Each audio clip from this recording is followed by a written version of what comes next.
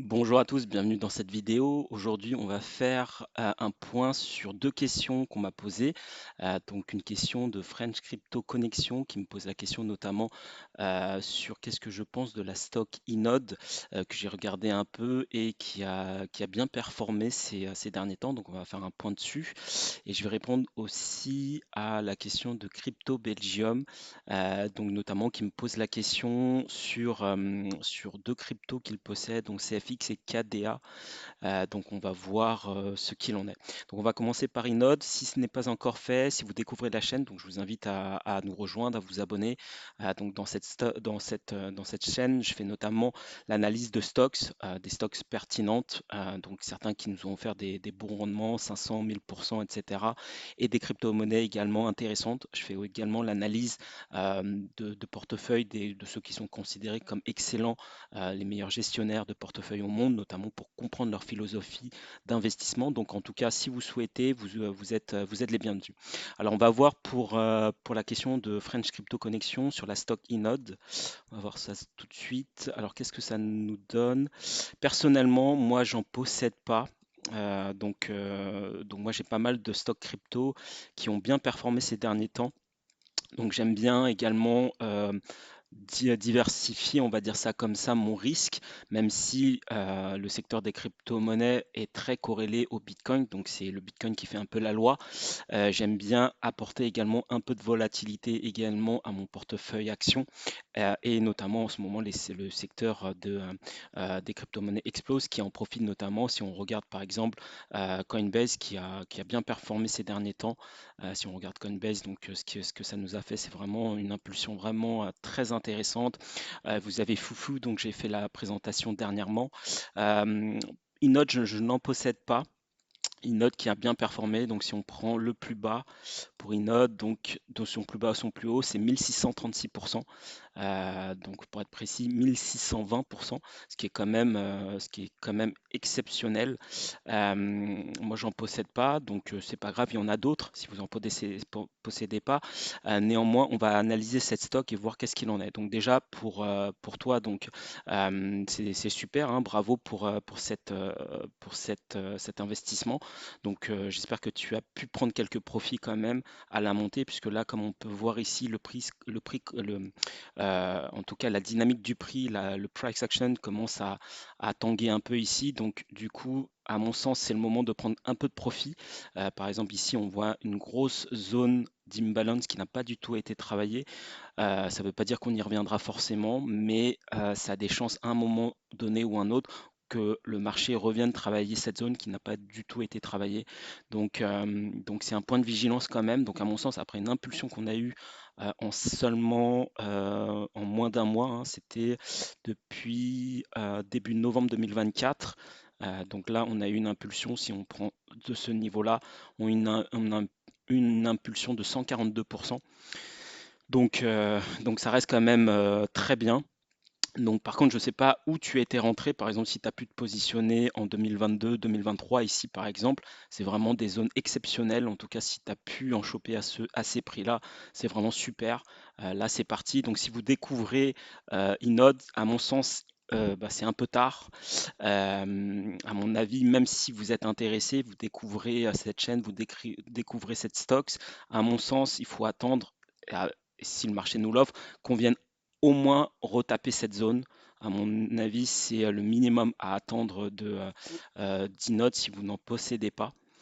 Qu'on vienne, je vais vous le dessiner pour que vous puissiez bien voir, au moins, au minimum, qu'on revienne combler au moins, on va dire, en première zone, cette imbalance, en deuxième zone, donc cette zone de résistance de support qui nous a servi précédemment de résistance.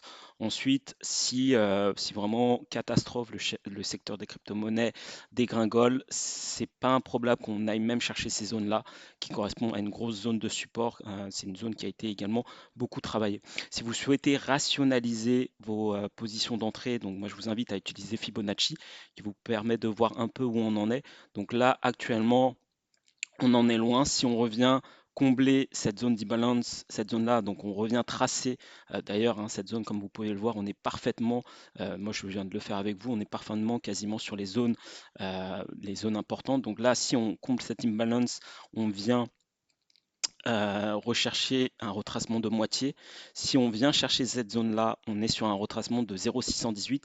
Ici, on commence, même dans les stocks, à rentrer dans des zones dites professionnelles d'investissement. Donc, ne jamais investir quand on est tout en haut, attendre un retracement, attendre une légère baisse de volatilité et qui fait que là, vous pouvez vous positionner. Après, si le marché vous l'offre et si vous, en tout cas, vous croyez en Inode, ici, on est vraiment dans des bonnes zones, dans les zones ici, donc dans les 11 dollars c'est des zones intéressantes. Mais pour l'heure, on n'y est pas, donc ça peut retracer si on continue la dynamique. À mon sens, déjà, si on revient sur du 0,5, c'est déjà pas mal. Maintenant, moi personnellement, même 0,5, je ne sais pas si ça m'intéresserait. Moi, si je dois en prendre, ça serait plutôt dans les 0,618 pour être honnête.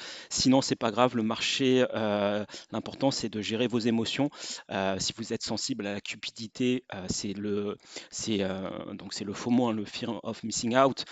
C'est joliment dit pour parler de cupidité, mais si vous êtes sensible à la cupidité, que le train parte sans vous, dites-vous que vraiment le marché est vaste. Vous avez le secteur des crypto-monnaies, vous avez le secteur des actions, il y a largement de quoi faire. Donc si vous n'avez pas pris le train, c'est pas grave. Donc c'est d'attendre un minima, un retracement de 0,5, 0,618 et sinon, il faut aller chasser ailleurs. Et sinon, si vous en aviez déjà, bon bah en tout cas j'espère que vous avez pris quelques profits à la montée. Encore une fois, là le prix tank, donc d'être quand même assez prudent. Si on va regarder un peu les chiffres dans l'entreprise, donc qu'est-ce que nous fait Inode? Alors, qu'est-ce qu'on a? Donc là je découvre en même temps que vous. Donc là ce qu'on voit c'est une capitalisation boursière forcément qui a bien explosé. On est sur des ratios de performance plutôt bons. Un ROE à 57%, ce qui est exceptionnel, un ROA à 13%, ce qui est également très bien. Donc d'un point de vue efficacité de gestion, on est très bon. Le ROE ici est un critère quand même qui a son sens pour les investisseurs. Donc en gros, qu'est-ce que ça signifie? Pour un dollar investi, l'entreprise est capable de générer 0,57 centimes de dollar, ce qui est pas mal, hein. 57%, c'est quand même très bien. Là, ce qu'on voit, bon, bah, l'EBITDA, donc ça c'est positif, donc ça c'est très bien aussi. On a une trésorerie de 26 millions avec une dette totale de 4 millions.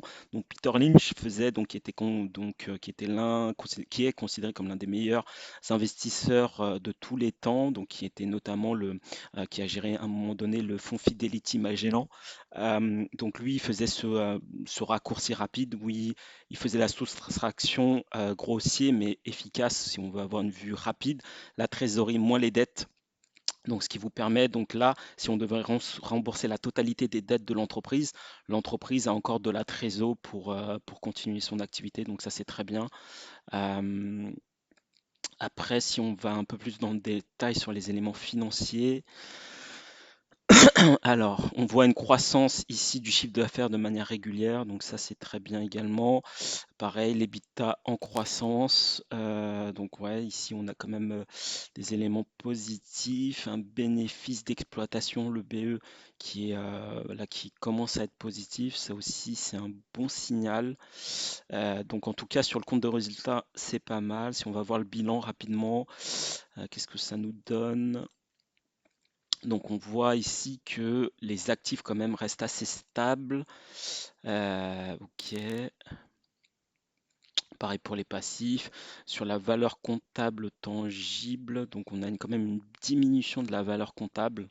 Donc ça, c'est pas forcément, c'est un point un peu négatif, je vous cacherai pas. Mais bon, si après il y a quand même d'autres critères positifs, si on va voir un peu les flux de trésorerie maintenant, qu'est-ce que ça nous donne? Non, il n'y a rien d'élément, il n'y a pas d'élément. Ici, on a un flux de trésorerie d'exploitation positif, donc ça aussi. Donc sinon, pas forcément d'éléments significatifs à analyser. Si je vois peut-être les détenteurs, donc ici, on a 6,23% des actions détenues par des initiés. Et non, ici, on n'a pas d'éléments. Ici, c'est ce que moi j'aime bien regarder également. C'est-à-dire que quand, par exemple, sur certaines actions, sur les 6 derniers mois, On voit que les initiés, donc les personnes à l'intérieur de l'entreprise, ne font que acheter et que vous avez très peu de ventes. Les ventes ne sont pas très significatives parce que ces personnes-là, elles peuvent vendre pour différentes raisons, parce qu'ils veulent acheter une maison, ils se marient, ils divorcent, ce que vous voulez.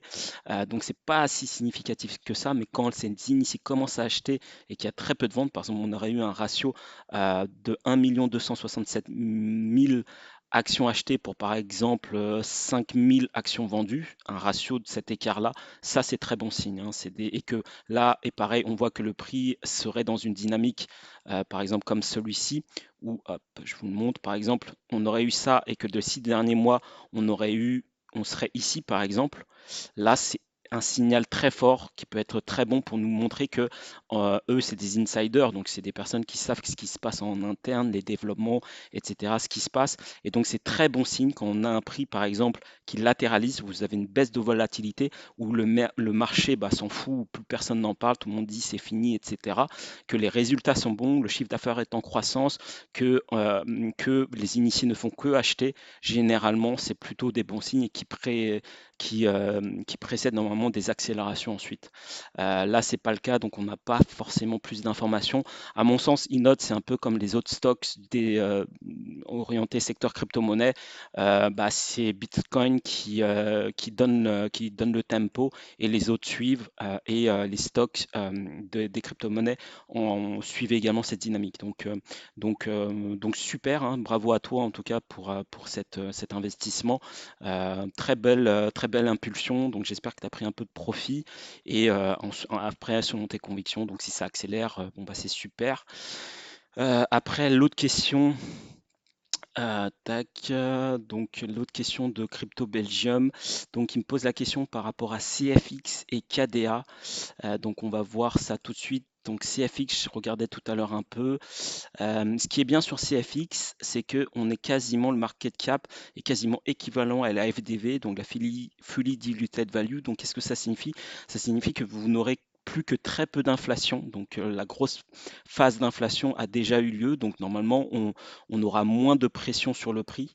Donc ça, c'est un point positif. Après, quand on regarde un peu les investisseurs, les ventures qui sont présents dessus, vous avez quand même Sequoia qui est dessus. Ils ont levé 668 millions, ce qui est plutôt pas mal. Donc là, on est sur, donc on s'est tagué donc Proof of Stakes, Proof of Work. Personnellement, pour être honnête avec toi, moi, j'en possède pas. Je voudrais voir juste ici comment il est tagué.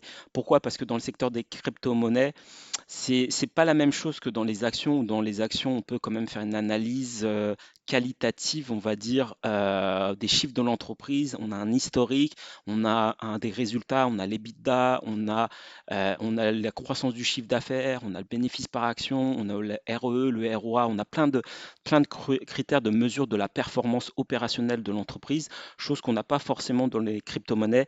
Et dans les crypto-monnaies, ce qui fait que certaines crypto-monnaies peuvent performer, ça va être surtout le narratif, l'histoire qui est racontée, en gros le marketing, la roadmap. Et également, est-ce qu'elle est taguée dans des éléments qui sont assez demandeux, comme notamment l'IA, tout ce qui est cross-chain, ça a bien performé également. Donc là, surtout le tag, c'est le proof of work. Donc pourquoi pas. L'important, je te dirais, ce qui est important pour toi, Crypto Belgium, c'est vraiment tes convictions personnelles. C'est-à-dire que moi, c'est un peu la philosophie que j'aimerais partager avec vous. C'est-à-dire que la personne qui détient la vérité pour vous, c'est vous-même. C'est-à-dire que moi, je vais vous partager ma vision. Les personnes autres, etc., peuvent vous partager leur vision. Mais ce qui est important, c'est quelles sont pour toi tes propres convictions par rapport à ça? Si tu as des convictions fortes, si tu y crois fermement, c'est le plus important. Après, c'est de trouver le bon équilibre entre croyance, conviction forte et entêtement.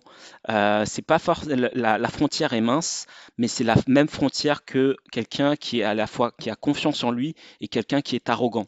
Donc c'est la même frontière. La conviction, on va dire, on est proche de la confiance, et l'arrogance, on va dire, on est proche de la bêtise en investissement. Donc du coup, l'important, c'est de savoir pour toi si tu en as, où tu es positionné. C'est-à-dire si on regarde maintenant sur, sur la charte, qu'est-ce que ça nous donne? Hop, si je me mets là. Donc par exemple, si toi tu as été positionné quelque part par là, mettons que tu as pu en choper ici quand ça s'est un peu latéralisé, que tu as à ce moment-là suivi un principe qui est ne jamais acheter quand ça tombe, mais acheter plutôt en phase de latéralisation. Donc là, on a connu une petite phase de latéralisation. Supposons que tu avais acheté là, on allait plus bas que ton prix, mais ensuite il y a une grosse phase d'accélération.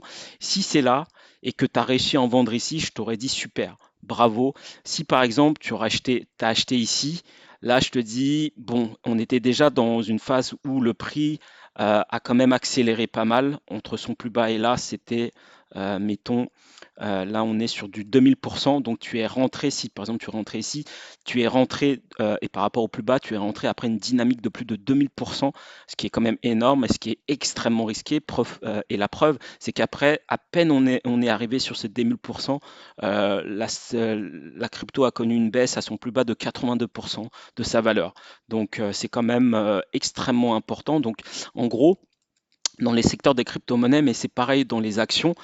Vous entendez souvent l'adage sur lequel moi d'ailleurs je suis pas vraiment d'accord. On ne peut pas timer le marché, ça sert à rien de timer le marché, mais c'est un gros problème si on n'essaie pas de timer le marché. Si vous achetez ici, après une croissance de 2000%, vous vous êtes mangé un moins 81%. C'est catastrophique. C'est catastrophique, même si effectivement CFX peut partir beaucoup plus haut et auquel cas le marché vous donne raison. Mais s'il ne part pas plus haut, bah vous êtes mangé un moins 82, moins 86%, ce qui est quand même catastrophique. Donc, essayer de timer le marché, c'est quand même important. Ça ne veut pas dire que vous aurez vous pourrez obtenir le meilleur prix, mais c'est comme les soldes. En gros, ça, c'est un des concepts. C'est pour ça que j'aime bien partager la philosophie des meilleurs investisseurs. C'est la philosophie d'Howard Marks, qui est le gestionnaire du fonds Oaktree Management Capital, donc qui explique que le secret de l'investissement, c'est pas tant d'acheter des bonnes actions. Le secret de l'investissement, c'est d'acheter des bonnes actions à bon prix. Et c'est ça qui va faire que vous allez gagner de l'argent. Donc l'objectif, quand vous investissez, à un moment donné, c'est quand même de gagner de l'argent. Et pour gagner de l'argent, il faut quand même essayer d'avoir des prix intéressants. Je vous donne un autre exemple de la vie courante. Quand vous achetez, mettons, une voiture, une belle voiture ou ce que vous voulez, un PC, ce que vous voulez, la valeur, mettons, elle est de 50 000 euros, prix standard. Si cette même voiture, vous l'achetez à 30 000 euros, bah là, vous faites une affaire. Les fondamentaux sont les mêmes, la valeur intrinsèque est estimée à 50 000, le prix vous l'offre parce que tout le monde a peur d'acheter, etc. C'est les soldes, c'est le Black Friday, etc. On vous fait 30 000 euros à l'achat. Bah, là, vous l'achetez 20 000 euros moins cher, donc c'est exceptionnel. Bah, c'est exactement la même chose.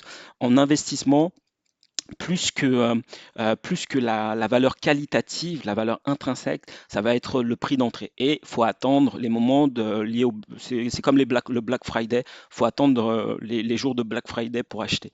Donc c'est la même chose. Donc ensuite, on n'aura pas peut-être les meilleurs prix, mais ça permet déjà d'avoir de meilleurs prix.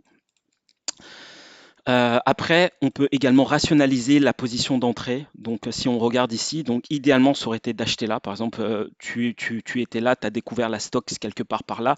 Tu t'es dit, OK, super, cette stocks, moi j'y crois, etc., etc.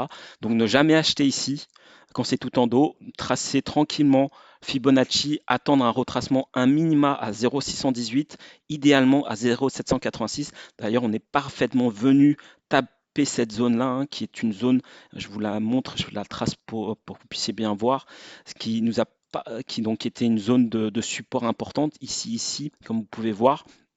Et donc, du coup, on est parfaitement, pour l'instant, elle tient. Donc, par exemple, si tu achètes là, ça reste quand même une zone intéressante. Après, si tu es un peu plus gourmand, mais là, le marché peut te l'offrir ou parfois oui, parfois non, c'est d'attendre le retracement des 0,886. En réalité, en crypto-monnaie, c'est un secteur qui est tellement volatile qu'il est parfois réaliste d'attendre les 0,886. Après, selon les fondamentaux, déjà, si on revient sur du 0,618, 0,786, c'est déjà super. Là, si on prend en compte la dynamique globale du secteur des crypto-monnaies, déjà acheter à ce prix-là, c'est déjà plutôt intéressant. Maintenant, par exemple, si tu avais une somme, par exemple, supposons que je te donne un chiffre au hasard, tu avais 1000 euros à mettre, tu as 1000 euros et tu te dis, OK, je veux rentrer sur cette crypto-monnaie. Euh, sur les 0,786, mettons, tu peux rentrer aux deux tiers. Par exemple, tu attends cette phase de baisse, une phase de latéralisation, tu rentres ici, tu attends un peu que ça latéralise, il faut toujours attendre un peu de latéralisation, il y en a toujours, ça ne sert à rien de FOMO. Ici, par exemple, tu rentres tu rentres à 66%, les deux tiers, et tu gardes un tiers pour une position d'entrée si le marché t'offre cette position d'entrée à 0,886. Et là, tu es content. Là, tu te dis que bon, bah, là, si tu y crois et si tu crois aux fondamentaux et si ça part, là, tu en auras eu à 0,886, qui est quand même un excellent prix. Et que si c'est pas le cas, si le marché ne te l'offre pas, bah, tu es quand même dans le train. Et que si ça part, bon, bah, tu es à deux tiers de ta position que tu as voulu investir. Et après, bon, bah, c'est que du bénéfice par la suite. Voilà pour répondre un peu à ta question sur CFX. Moi personnellement, j'en ai pas, donc je ne peux pas te dire d'un point de vue fondamental si j'y crois. J'ai pas assez étudié la stocks en question, la crypto-monnaie plutôt. Je te dirais, fais-toi confiance, fais confiance à tes propres convictions. Moi, j'en ai pas. Moi, ce que je peux te dire simplement, c'est qu'on est venu chercher les 0,786, que c'est des zones quand même idéales si tu as pu en choper là, d'en garder un peu. Donc, on est vraiment sur de la gestion du risque et du money management et d'en laisser un peu au cas où le marché t'offrirait cette zone-là des 0,886. Donc, ça, c'est les points, à mon sens, qu'il faut regarder. Si on regarde un peu la dilution du token, si on regarde un peu l'inflation, qu'est-ce qu'elle nous donne? Bon, ici, par contre, point de vigilance, au niveau de la roadmap, c'est catastrophique. On est sur une notation d'1,54. Donc, qu'est-ce que ça signifie? Ça signifie qu'il y aura, sauf si le site chain broker ne donne pas les bonnes infos, mais si on se fie aux infos données par le site chain broker, il y aura très peu de mise à jour sur ce token, une roadmap quand même très faible, notée 1,54, ce qui n'est pas terrible. Donc, ce qui fait qu'il peut y avoir peu d'engouement sur des news qu'on pourrait avoir sur cette crypto. Donc point de vigilance ici, quand même, bon, les fondamentaux, elles sont correctes. Pareil, la santé financière, c'est plutôt correct. Non, on n'a pas les infos sur la dilution de tokens. Bon, en tout cas, on est proche de la FDV, donc c'est quand même un signal intéressant. Voilà pour CFX. Ce que je peux te dire sur CFX, donc d'être quand même d'en choper là si tu peux et d'en choper ici.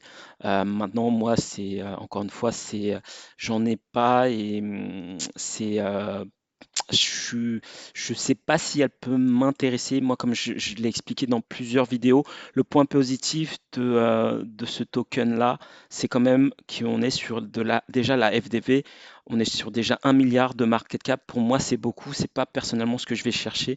Moi, je vais chercher quand même des crypto-monnaies plus volatiles, plus récentes également, ce qui fait que potentiellement, on peut avoir, s'il y a de l'engouement, une phase d'accélération. Après, point intéressant quand même sur ce token, c'est que on voit que sur la première phase du bull run qu'on a eu, c'est une crypto quand même qui a intéressé, hein. Donc il y a eu une croissance de 438%, ce qui est pas dégueu. Donc on pourrait se dire qu'on peut aller chercher à un moment donné un nouvel ATH par rapport à ce sommet-là.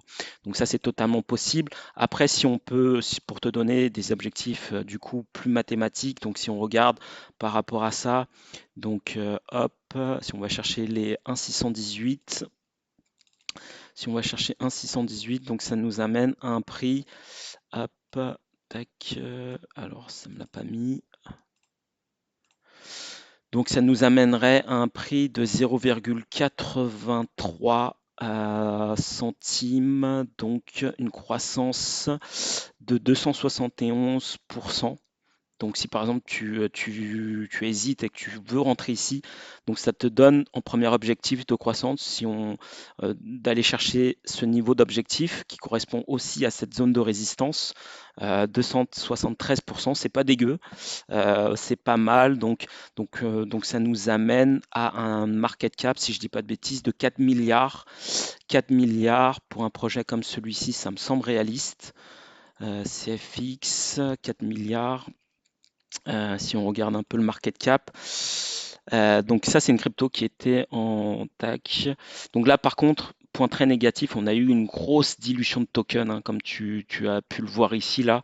Le market cap, il y a eu, bon bah là, heureusement que, que, ça a chuté, mais ici, là, comme tu peux voir, il y a une décorrélation complète du prix et du market cap. Donc ça signifie quand même qu'il y a eu une grosse dilution. Donc on ne devrait plus en avoir normalement. Point de vigilance quand même ici. Donc là, on est sur l'offre en circulation proche de la FDV, mais là, on a une offre maximum qui est infinie. Donc ça signifie quoi? Ça signifie que CFX pourrait même libérer d'autres tokens par la suite. Donc c'est aussi un point de vigilance à avoir. Voilà un peu pour CFX. Maintenant sur la deuxième crypto que tu as mentionné, KDA. On va partir sur OKEx. Est-ce que j'ai. Ouais, on va partir sur OKEx. KDA. Voyons qu'est-ce que ça nous donne. Personnellement, j'en possède pas non plus. C'est une crypto qui avait pas mal buzzé au précédent cycle, si tu étais déjà présent sur le précédent cycle, donc qui avait pas mal buzzé à ce moment-là. Donc ici, on voit que quand même, il y a encore une grosse phase de dilution potentielle par la suite. Là, ils ont rebrandé la marque, hein, AKDA, donc ils ont un peu retravaillé, ouais, ils ont un peu retravaillé leur site internet. Je m'étais un peu intéressé à cette crypto, à voir. Donc encore une fois, ça reste des convictions personnelles, c'est tes convictions. L'important, encore une fois, c'est que toi, tu y crois. Moi, j'en ai pas. En tout cas, je suis pas certain que j'en prendrais, pour être honnête avec toi. Maintenant, encore une fois, ce qui est important, c'est tes convictions à toi, pour tes investissements. Et là, ce que ça nous a dessiné ici, c'était parfait. En tout cas, si tu y croyais, c'était là où il fallait te positionner, dans cette phase de latéralisation entre juin 2024 et novembre 2024. C'était ici qu'il fallait se positionner. Encore une fois, le marché suit toujours ces phases-là. Je vous montre, phase de latéralisation, phase d'accélération, phase de dump, phase de latéralisation, potentiellement phase d'accélération de nouveau. Donc là, ce que ça nous a fait, c'était qu'ici, on était dans une baisse de volatilité importante. C'était potentiellement là qu'il fallait se positionner. Donc, si tu en as chopé ici, bon, bah déjà, c'est super par rapport à, supposons que tu en as pu avoir, on va dire ici, tu en as chopé là. À son plus haut, c'est aller chercher du 154%. Là, on retrace un peu sur du 120%. Moi, à mon sens, si j'étais à ta place, si j'en avais chopé ici, moi j'en aurais revendu dans tous les cas ici, à mon x2. J'aurais pris ma mise initiale et le reste c'est que du bénéf. Si on va chercher un nouvel ATH, au moins je risque plus rien, j'aurais sécurisé ma position et advienne ce qui doit advenir. Et si on va chercher plus haut, etc., etc. Bon bah là c'est cadeau, cadeau de Noël, c'est super. Mais sinon, au moins je ne risque plus rien. Je risque plus rien et voilà, moi c'est comme ça que je l'aurais joué sur KDA. Euh, Rentrer dans cette phase de latéralisation. Dès que je fais le x2 ici, je prends ma mise, je retire ma position, je laisse la moitié et hop, je risque plus rien et tout ce qu'il y a par-dessus, j'attendrai d'aller chercher plus haut, les valeurs plus haut pour reprendre de nouveau des profits puisque je n'aurai plus de risque sur ce token. Voilà comment je l'aurais joué. Donc KDA, après encore à point de vigilance, hein, grosse inflation prévue si on va voir de plus près KDA. Euh, hop. Donc par contre, point très positif, excellente santé financière, hein, pour un altcoin, elle est notée 7,94 sur 10, donc ce qui est très bien pour une altcoin. Donc ça, par exemple, à l'inverse des stocks, on n'a pas les infos. Donc là, c'est bien d'avoir ces infos-là à ce niveau-là, ça rassure de se dire que la crypto ne va pas disparaître du jour au lendemain. Après, en phase de dilution de token, donc on a eu une grosse phase de dilution. Ici, on n'a pas forcément le prix d'entrée des investisseurs, donc ça, c'est dommage. Ceux qui ont investi en prix de 20 rounds, eux, ils l'ont acheté à 0,5 dollars. Le prix est actuellement sur, par exemple, 0,5. Vous voyez ici, on était quand ça a latéralisé. Donc, quand ça latéralise, ça latéralise pas dans des zones au hasard. On a latéralisé dans le prix d'achat de ces investisseurs-là. Donc, de ceux qui ont investi en prix de 20-30, on est venu latéraliser sur ces prix-là. Donc, le prix a maintenu ici. Après, effectivement, là, on est sur du x2 par rapport à leur prix d'entrée. Donc, à mon sens, moi, par exemple, si je découvrais KDA et qu'elle pourrait m'intéresser, je rentrerai pas là parce que ça sort de mon scope d'investissement. Moi, j'investis ici, j'investis pas ici. Et donc, du coup, le seul moment qui ferait que moi, je rentrerais, c'est qu'on ait cette chute-là, cette petite chute, ce qui n'est pas improbable, hein, qu'on revienne tester cette zone-là qu'on a breaké. Juste ici, je vous la montre. Hop, juste ici, si on vient rechercher de nouveau cette zone-là, moi, si je m'intéressais à KDA, c'est plutôt ici que je me positionnerais. Sinon, ce que vous pouvez faire, pareil, si vous vous intéressez, vous tracez, pareil, Fibonacci, et là, pareil, vous regardez où on en est. Et donc, potentiellement, le 0,618, c'est là. Donc, qui correspond effectivement là où le prix s'est arrêté précédemment. Juste que je vous la trace pour que vous puissiez voir. Euh, avec la mèche, donc on arrive pile poil ici. Donc effectivement, ça aurait été une zone. Après, ben, si on va chercher plus loin, c'est là. Donc ça serait ici, si on retrace de manière plus profonde. Vu comment le marché part, je ne sais pas si on va nous l'offrir. Mais en tout cas, si tu en possèdes déjà, donc, et si en tout cas, c'est à toi de définir ta stratégie, évidemment. Si tu as des convictions très fortes, euh, c'est possible d'aller chercher plus haut, à voir ce que va dessiner le marché, mais au moins de sécuriser, de prendre un peu de profit quand même à la montée. Comme ça, comme ça, tout le reste, c'est que du bénéfice si on va chercher plus haut sur cette crypto.